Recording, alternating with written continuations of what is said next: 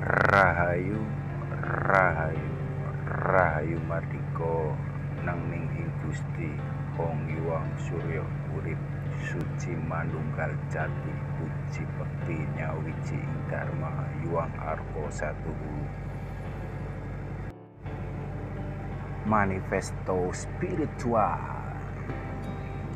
Buat kawan-kawan, di video ini saya akan menjelaskan pakai bahasa Indonesia aja ya, biar gampang memahami konteks pemahaman tentang spiritual dan agama.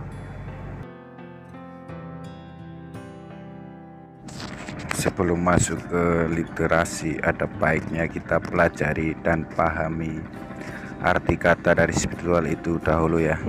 Lalu lepaskan diri dari segala citra yang kita bangun. Jangan melihat dari kelompok atau bendera dan label, ataupun intinya lepaskan otoritas ego dari sang diri. Sesungguhnya agama muncul dari spiritualitas, bro. Oleh karena itu ada disebutkan bahwa agama hanya untuk mereka yang berakal budi, dan tiada agama bagi mereka yang tidak berakal. Jadi intinya spiritual itu adalah sesuatu yang masih murni, belum membentuk label, bendera, atau institusi ya. Sedangkan agama sudah diberi label dan mengalami distorsi karena baik secara substansi maupun esensi spiritualnya sudah tidak murni lagi, tapi sudah memiliki tujuan yang dirancang, didesain, dan mengikat dan mengandalkan banyak faktor kepentingan yang dapat disisipi. Spiritual itu kita ibaratkan seorang bayi lah yang baru lahir, keluar tanpa pakaian.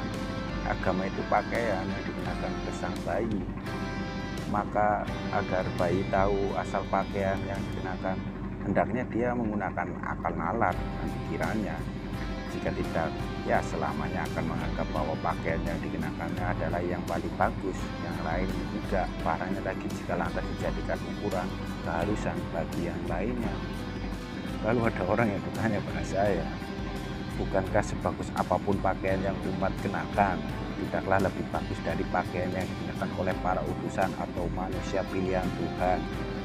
Nah, saya jawab kayak gini aja.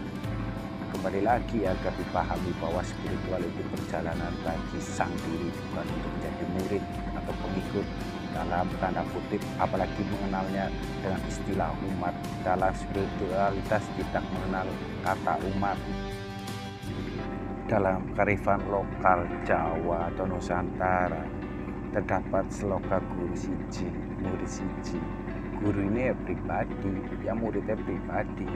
Apa yang dimaksud itu munculnya melalui kesadaran diri pribadi atau sejati yang menjawantah dari sumber urip dan titah ilahi. Jika yang dimaksud sebagai utusan sebagai manusia pilihannya karena mereka hadir sejatinya sebagai sosok guru atau teladan laku.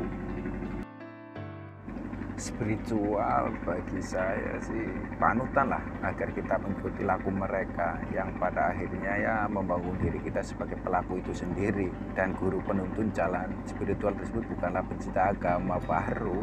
Mereka mencontohkan melalui pengalaman laku.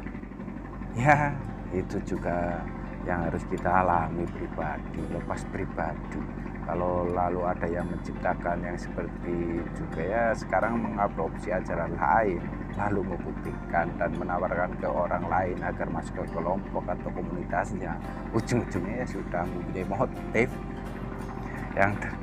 yang terbanyak ya sudah pasti lah berbau politis, ekonomi, dan kapitalisme juga.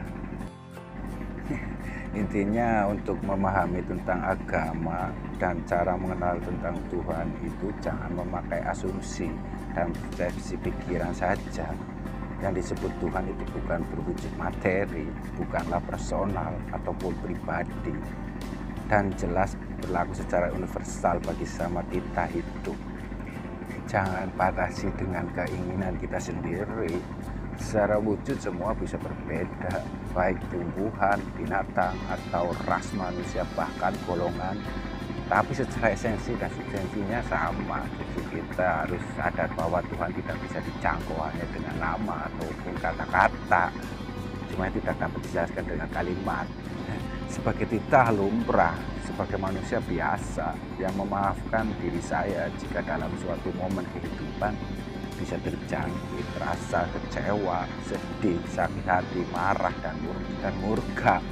Tetapi sebagai manusia Jawa dan mengaku sebagai anak cucu Eyang Ismaya Jati, yang mana visual Eyang Ismaya Jati selalu mampu tersenyum abadi dalam sorot matanya yang nelangsa. Oleh karena itu, saya pun berusaha memantapkan diri saya jika sampai berhati kerdil, bermental lemah, dan bersikap cengeng dalam menyikapi dualitas dunia yang senyatanya memang bersifat oah kincir, tidak kekal. Karena dengan terus terseret dalam arus kesedihan, dengan terus membesar-besarkan kenelangsaan personal, dan sampai berlebihan menganggap kekal satu atau dua bentuk penderitaan adalah sama dengan menyangkal agungnya welas asih dari sang yang urip itu sendiri. Apalagi jika fakta-fakta dualitas kehidupan itu sampai membuat ciut dan kecut dalam memandang diri sendiri, lalu over pesimisme lah dalam memandang lukisan kehidupan dan benteng visi masa depan kita. Aduh, parah itu. Amit-amit cabang bayi. Penyakit psikologi seperti itu tak pernah diajarkan dalam pandangan dunia spiritual Jawa, bro. Yang mana dalam spiritual Jawa selalu konsen mengajarkan tentang batin yang tetek dan sumeleh.